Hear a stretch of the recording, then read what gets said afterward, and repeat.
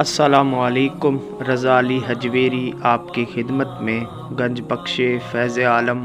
مظہر نور خدا، ناکسارہ پیر کامل کامل آرا رہنما۔ ہمارا مقصد حضرت داتا گنج بخش علی حجویری رحمۃ اللہ علیہ کی مایہ ناز تصنیف کشف المحجوب کی روشنی میں تصوف اور معرفت آپ کے سامنے بیان کرنا ہے، جس کتاب کے متعلق حضرت خواجہ نظام الدین اولیاء رحمۃ اللہ علیہ ارشاد فرماتے ہیں کہ جس شخص کو بھی مرشد کامل کی تلاش ہو، وہ حضرت داتا گنج بخش علی حجویری رحمۃ اللہ علیہ کی مایہ ناز تصنیف کتاب کشف المحجوب کو پڑھے، اسے مرشد کامل کی رہنمائی ملے گی۔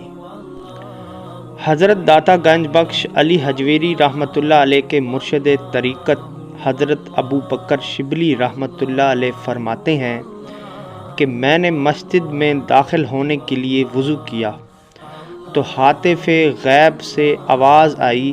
کہ ظاہری طہارت تو نے کر لی، باطن کو کب آراستہ کرو گے؟ یہ سنتے ہی آپ رحمۃ اللہ علیہ مسجد سے باہر چلے گئے اور اپنا تمام مال خیرات کر دیا، حتیٰ کہ ایک جوڑے پر اکتفا کیا جس میں آپ رحمۃ اللہ علیہ نماز ادا کرتے تھے۔ اس حالت میں جب آپ اپنے مرشد حضرت سیدنا جنید بغدادی رحمۃ اللہ علیہ کی خدمت میں حاضر ہوئے تو انہوں نے ارشاد فرمایا، اے ابو بکر شبلی،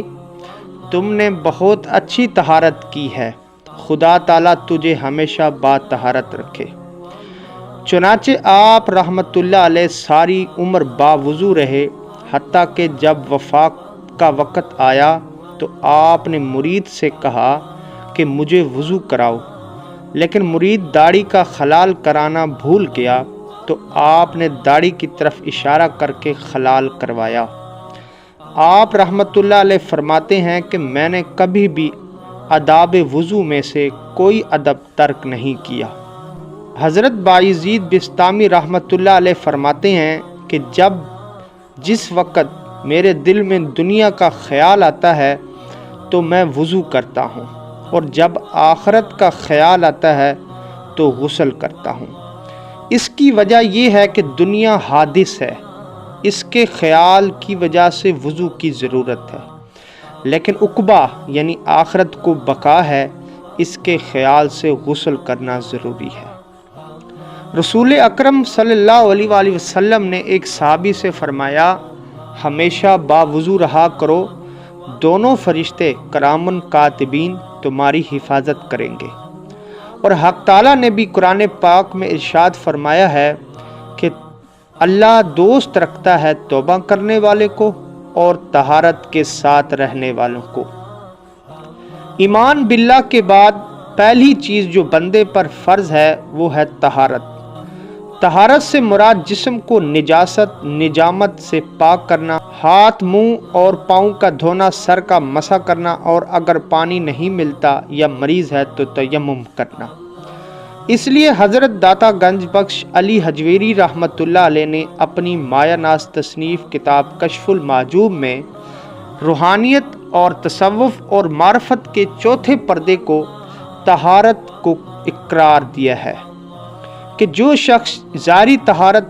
سے رہتا ہے ملائک اس کو دوست رکھتے ہیں، اور جو شخص باطنی طہارت کے ساتھ یعنی توحید پر قائم رہتا ہے اس کو حق تعالیٰ دوست رکھتا ہے۔ یہاں پر طہارت کی دو قسمیں ہیں، یعنی ظاہری طہارت اور باطنی طہارت۔ طہارت کی دو قسمیں ظاہری طہارت اور باطنی طہارت کے اوپر ہماری ایک مکمل ویڈیو آپ ہمارے یوٹیوب چینل پر دیکھ سکتے ہیں۔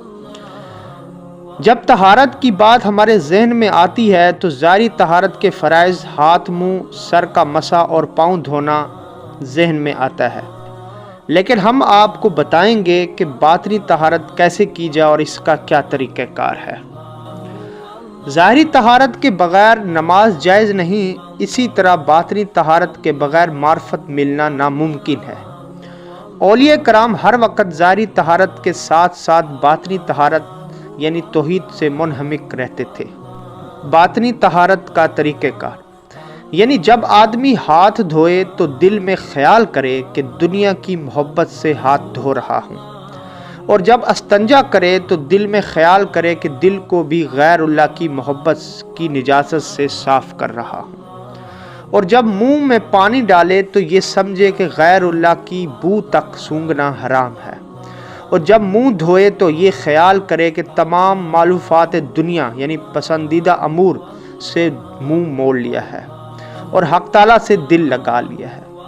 جب بازو دھوئے تو یہ خیال کرے کہ تمام دنیاوی افراد سے ہاتھ دھو ڈالے ہیں، اور جب سر کا مسح کرے تو یہ خیال کرے کہ اپنے تمام امور خدا تعالیٰ کے سپرد کر دیے ہیں، اور جب پاؤں دھوئے تو یہ خیال کرے کہ حق تعالیٰ کے سوا کسی چیز کی طرف نہیں جائیں گے، تاکہ دونوں قسم کی طہارت یعنی ظاہری اور باطنی حاصل ہو،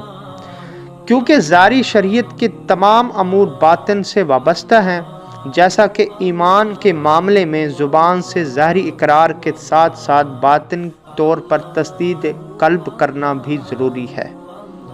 اور عبادت کی ظاہری صورت دل میں خلوص نیت کے ساتھ وابستہ ہے۔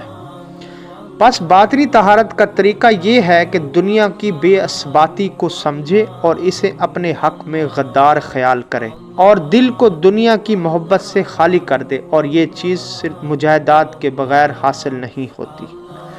روایت ہے کہ حضرت ابو بکر طاہر حرمی رحمۃ اللہ علیہ 40 سال حرم مکہ میں مقیم رہے، لیکن طہارت کے لیے حدود حرم سے باہر جاتے تھے، اس خیال سے کہ جس سرزمین کو اللہ تعالیٰ نے اپنے ساتھ منسوب کیا ہے اس پر طہارت کا پانی کیسے پھینکوں۔ اللہ تعالیٰ سے دعا ہے کہ اللہ تعالیٰ ہمیں ظاہری طہارت کے ساتھ ساتھ باطنی طہارت کرنے کی بھی توفیق عطا فرمائے، اور اپنی معرفت اور اپنی قرب کی مناظر عطا فرمائے۔ ویڈیو آپ کو پسند آئی تو چینل کو سبسکرائب کریں، لائک کریں اور کمنٹس کریں، اور اس متعلق آپ کا کوئی بھی سوال ہو تو آپ کمنٹس میں پوچھ سکتے ہیں۔ شکریہ۔